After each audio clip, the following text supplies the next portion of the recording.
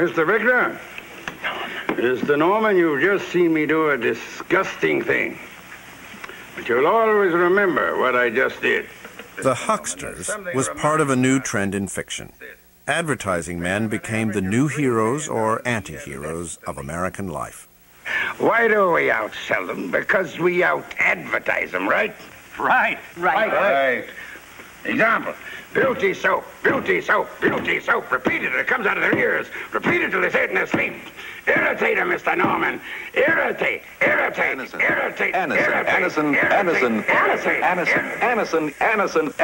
With most headaches, pain mounts up. You feel dull, depressed. Tension puts nerves on edge. The creator of this Anacin ad was one of the founding fathers of TV advertising, Rosser Reeves. In his ads and in his life, he celebrated the joys of buying and selling with an unbridled enthusiasm that marked the spirit of the decade.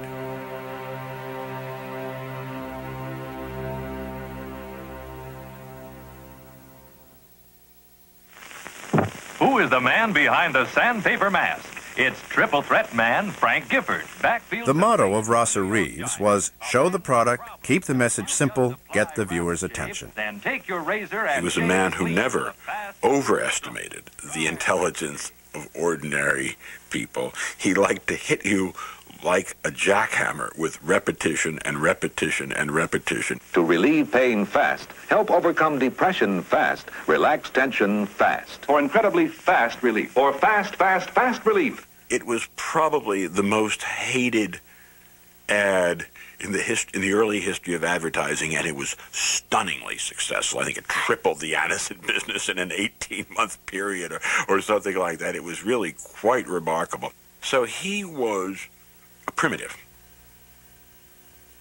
Rosser had just an absolutely insightful understanding of television and what it could do. He decided to create a picture. Doctors know for how Anacin relieved pain, and that's still talked about as the Hammers in the Head campaign.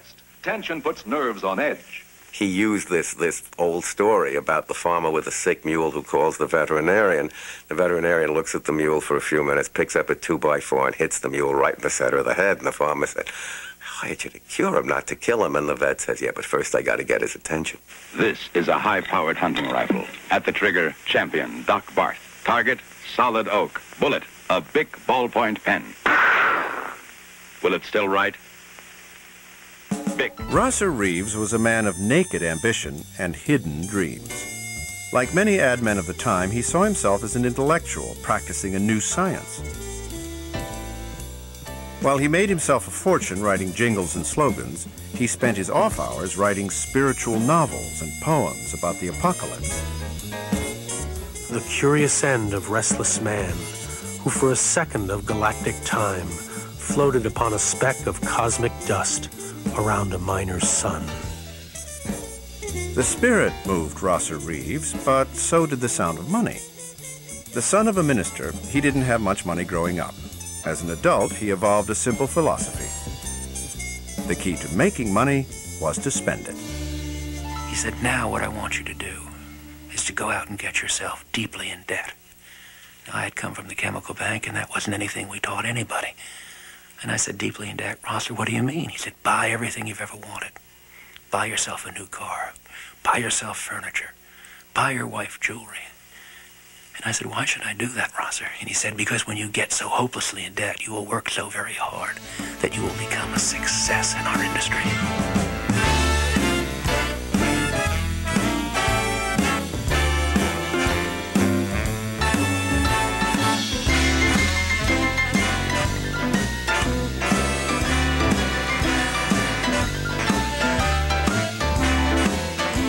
In Jamaica, Reeves built himself a palace at Half Moon Bay, attended by 26 servants, and a butler on call 24 hours a day.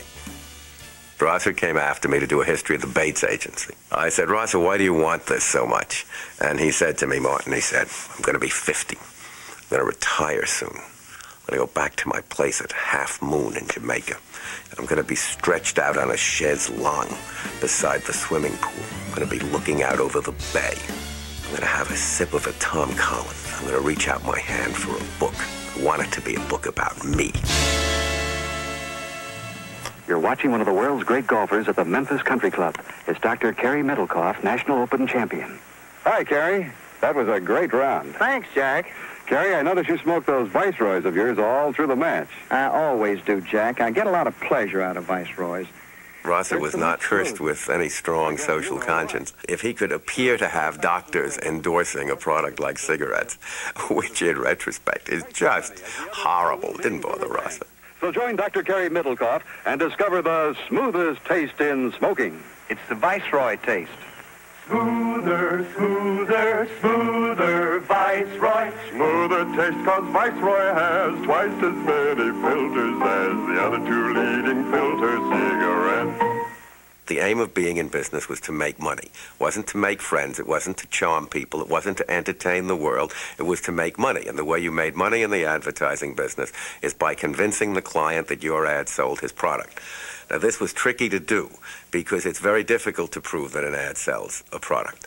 And as a matter of fact, Rosser said that the modern advertising man's problem, the client walks in and throws two newly minted silver dollars on his desk and says, "Mine is the one on the left. You prove it's better." I'm a peanut, drenched in milk chocolate. M&M's milk chocolate melts in your mouth, not in your hand.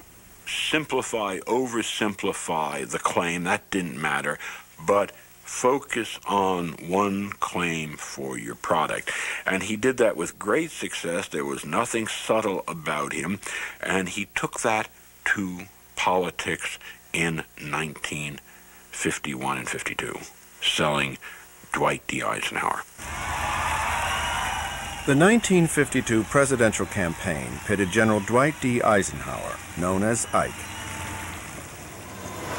against Adlai Stevenson, who had a reputation as a magnificent speechmaker. Fearful that the shy general would not go over well with the public, Ike's handlers turned to Rosser Reeves. Reeves wanted to sell Ike through a series of TV spots, something that had never been done before in a national campaign. Because the idea was so new, Reeves was making up the rules as he went along, and while Ike, the distinguished war hero, tried to put the best face on it, he was terrified of putting himself in the hands of an ad man. You remember Franklin Delano Roosevelt's inaugural address? People only remember one thing in it. The only thing we have to fear is fear itself. There in the middle of an inaugural address was a 5-second spot, and that's all people remember. So I simply decided that if that was what democracy is all about, why not tell more people? Eisenhower Answers America. He wrote 28 question and answer spots for Ike. Reeves wanted to shoot the answers first, then find the questions. Can that be true when America is billions in debt? When prices have doubled, when taxes break our backs, and we are still fighting in Korea? It's tragic, and it's time for a change. Reeves wanted Ike to look strong, so he wouldn't let him wear glasses. Unfortunately, that made it hard to see the cue cards. For each answer, Reeves had Ike look down toward the left of frame as if listening to questions. Then Ike turned slightly to read the huge cue cards. For the finish, Reeves told Ike to turn to the camera. We are going to bring them down, and here's how. When all the answers were in the can, Reeves went searching for average Americans to ask the questions. He grabbed tourists outside of Radio City Music Hall and pulled them into the studio. Reeves told them to look up and to the right of frame. They didn't know it, but the angle of their gaze would further inflate Ike's stature. The Democrats have made mistakes, but aren't their intentions good?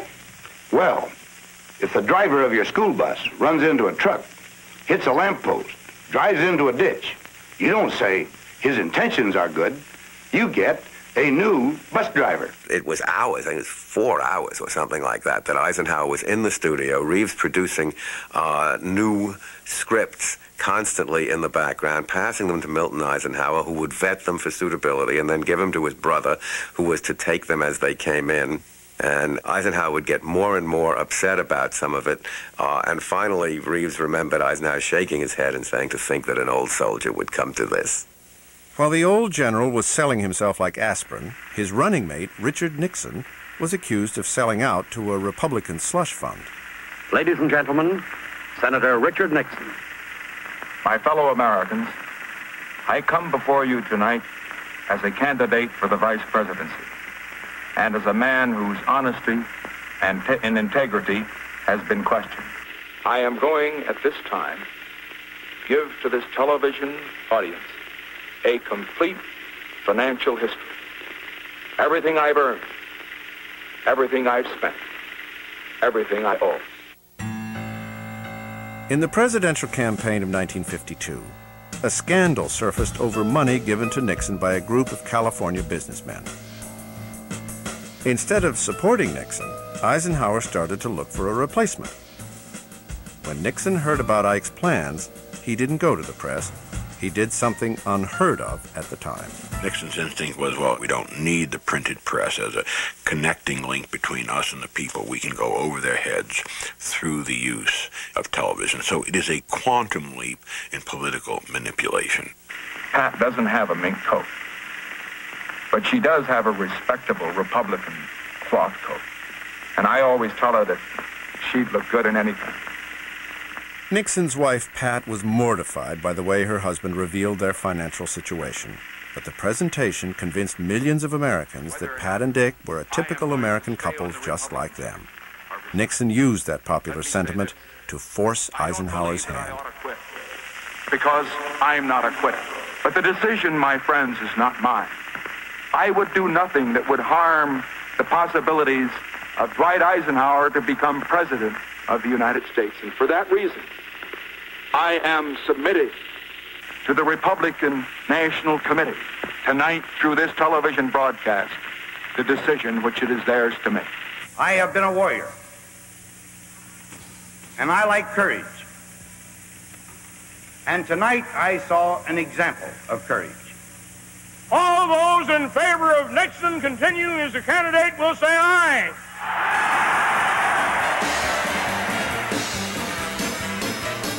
Popular opinion forced Ike to embrace Nixon, but despite Ike's public displays, he never trusted Nixon again.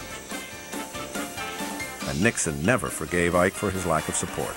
The two men virtually hated each other. But to the television watchers of America, they looked unified, a Republican dream team.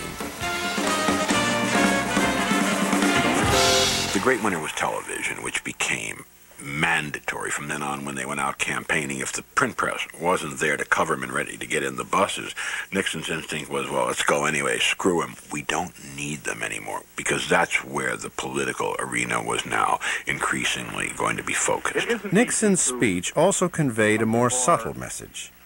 Maybe it was time that average Americans shouldn't have to feel so guilty about a few frills, or, in Nixon's case, a gift of a little dog named Checkers. You know, the kids, like all kids, love the dog.